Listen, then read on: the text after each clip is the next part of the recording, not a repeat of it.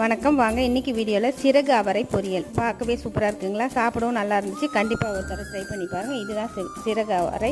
இது இந்த சீசனில் தான் கிடைக்கும். இது ஜனவரி மாதம் பிப்ரவரி மாதம் தான் கிடைக்கும். இந்த டைமில் கிடைக்கும் போது இதை மாதிரி வாங்கி யூஸ் பண்ணிக்கோங்க. அதை சுத்தம் பண்ணுறது நல்லா உப்பு தண்ணியில் போட்டு கழுவி எடுத்துக்கோங்க.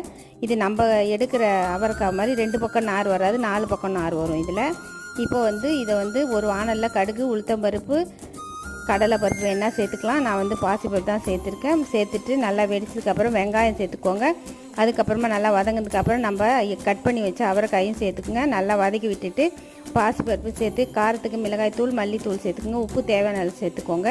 சேர்த்துட்டு நல்லா 1 நிமிஷத்துக்கு வதக்கி விடுங்க. இதுக்கு வேகிறதுக்கு கொஞ்சம் நேரம் எடுக்குது, அதனால் கொஞ்சம் தண்ணி எக்ஸ்ட்ரா விட்டு வேக விடுங்க. இப்போது கடைசியாக தேங்காய் துருவல் போட்டு இறக்கிக்கோங்க. அவ்வளோதாங்க, சூப்பரான சுவையான சிறகு அவரை பொரியல் ரெடி. இந்த வீடியோ பிடிச்சிருந்துன்னா